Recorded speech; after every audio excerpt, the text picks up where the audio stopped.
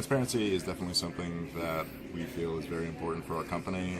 We want to let everyone know that we are a customer-valued company, and by that we listen to the concerns of the public and address them to the best of our abilities, with the understanding that we maintain the intellectual property of what our formulas are, but we have no reason to not disclose who our vendors are or what we use. Sure. So with that, it's very important to us that everyone know that what we're doing is, because it's a new concept and because it's a very niche market, it's important, I think, to maintain that transparency, so that there's no alternative questioning of why we're into it. It's not that we're trying to make $1. It's because we want to introduce a product that is different and is good and is something that has a very strong place in the market and a very hard demand for it, and it's hard to find. Right. Right. So we wanted to kind of be the pioneers of that and introduce it and bring something to the table that was very, very unique. Okay. Cool. And speaking of the uniqueness of what it is that you're bringing to the customer, the majority of your flavors, I've noticed, really seem to be centered more around food and spices. Talk about that and what led you to the belief that there was a market for something that unique. Well, the initial idea centered around coming up with a flavor that was familiar to individuals previously. So lemon, bourbon, pomegranate, and honey were all very common flavors that were sort of ubiquitous across the board. Right. So we had that base to work with at least, but we wanted to kind of bring it back to this whole culinary mindset and being very delicate, not just being a flavor forward thing, so that's the only flavor you get, or there's like little notes in the background. We wanted it to be very sophisticated, very simple, and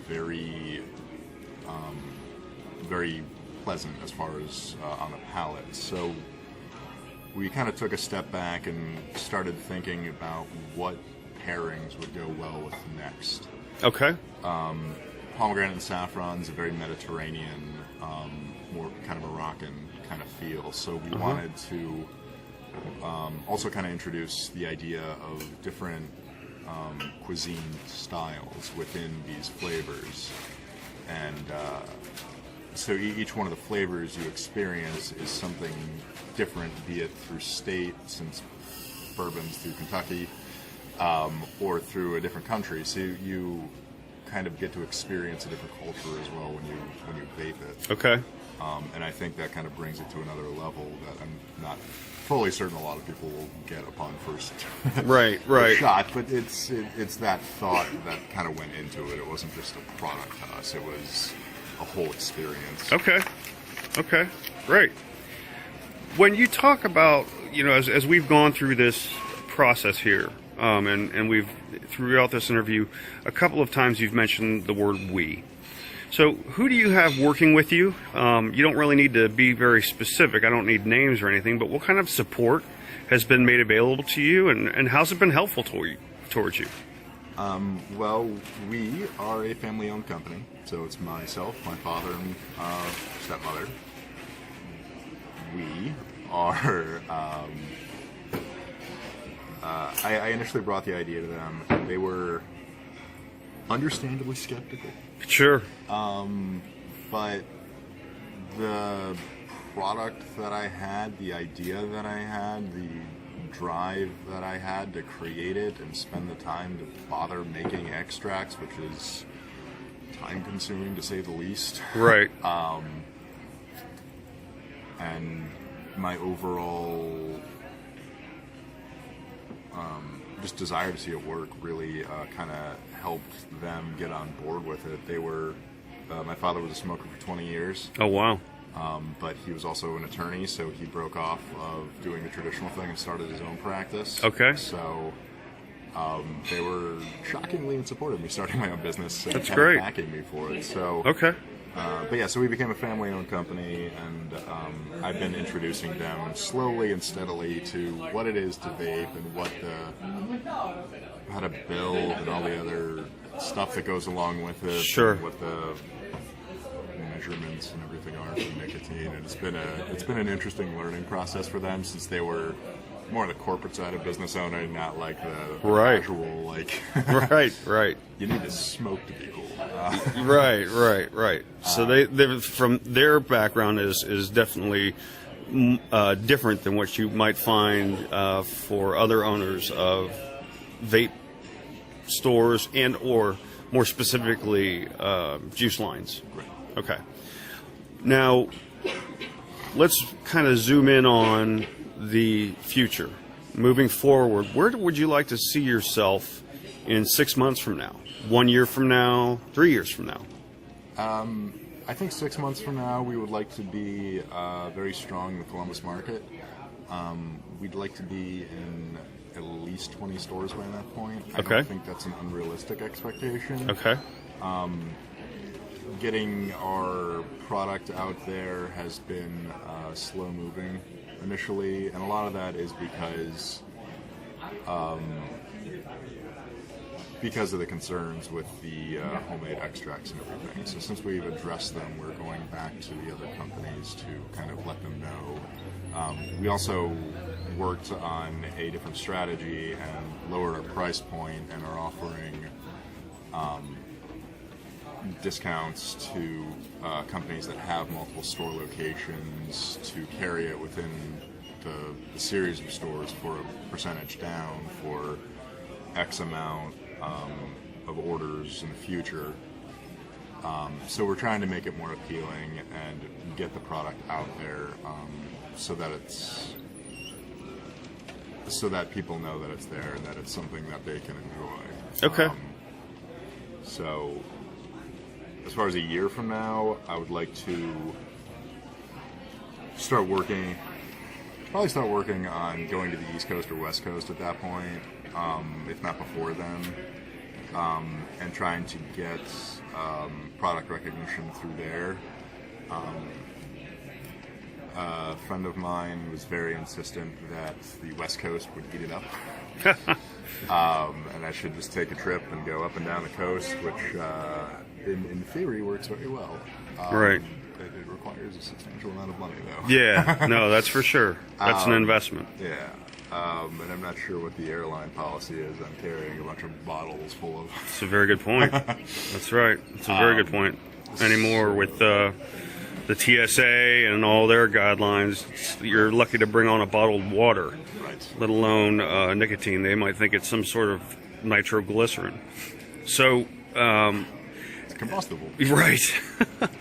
I noticed that you have a website, and that's CanterburyVapes.com. And I know when you and I spoke about it the other day, you were doing some work on it. Do you have plans of making available an e-commerce store where people can purchase your juice and have it shipped around the country? It is going to be an e-commerce-based website. We're going to be going live with the site tomorrow, I think, I would say. Okay. We had kind of been broaching the subject of doing a couple more pages, and that kind of delayed the process initially. Okay. But a lot of that was to, again, kind of reinforce that transparency. It wasn't for the sake of delaying it. Okay. But we wanted to add as much content as we could so that our customers knew what we were about and why we were in the game and why we feel that this is something that's worth investing your time, your energy, and generously donating to. Okay. Last question I have for you. Your background prior to becoming an entrepreneur in all of this was in my field, and that's information technology. In this new venture, is this something that you truly enjoy? I mean, is this something that you could see yourself doing for a living, and why is that? I could see myself doing this. I've always kind of had a drive just to do my own thing. I never really liked having to report to anyone. Okay. Other than the accepted IRS and that whole lot.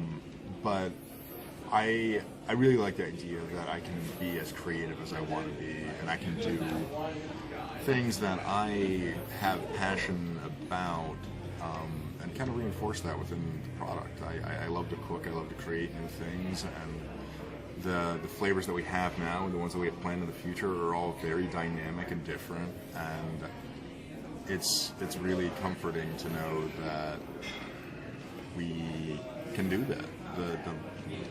The vape world is our oyster right now. That's great. That's great. So. Is there any message that you'd like to get out to the local vaping community as we wrap this up here in Columbus? Whether it be consumers or owners or managers of local vapor stores, is there any kind of message that you'd like to see get out there? Our message is pretty simple and straightforward. It's make time to vape well. And what that means is that if you're going to spend the time to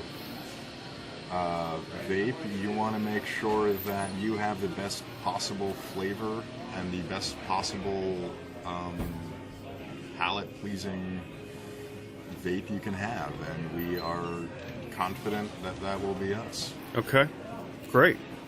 Well, thank you very much for taking the time to do this interview, Steve. It was an absolute pleasure speaking with you. All right.